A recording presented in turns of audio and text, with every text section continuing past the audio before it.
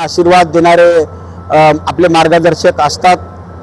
ज्येष्ठांचा प्रश्न मी या ठिकाणी सभागृहात घेतलेला आहे आणि मला खात्री आहे जशी लाडकी बहीण योजना शासनाने या ठिकाणी आमच्या महायुती सरकारने राबवली, लाडका शेतकरी योजना या ठिकाणी राबवली, लाडका युवक या ठिकाणी योजना राबवली, तशाच पद्धतीनं लाडके मायबाप योजना या ठिकाणी शासनानं राबवावी, ते जाहीर करावी आणि ज्येष्ठांना त्यांना मदत करावी, त्यांना दरमहा किमान 5 ते 7 हजार रुपये मिळावे यासाठी मी सभागृहामध्ये प्रश्न उपस्थित केला होता।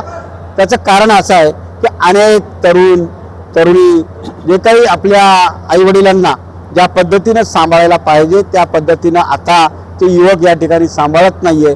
त्यांचा कुठेतरी खच्चीकरण होतं आहे, त्यांना सुखादुखाला कोणी मदत करत नाही, त्यांना सुखादुखामध्ये मदत व्हावी, त्यांना कुठेतरी आधार मिळावा यासाठी मी सभागृहामध्ये बोललो आणि मला खात्री आहे की महायुती सरकार यामध्ये त्यांना न्याय देईल।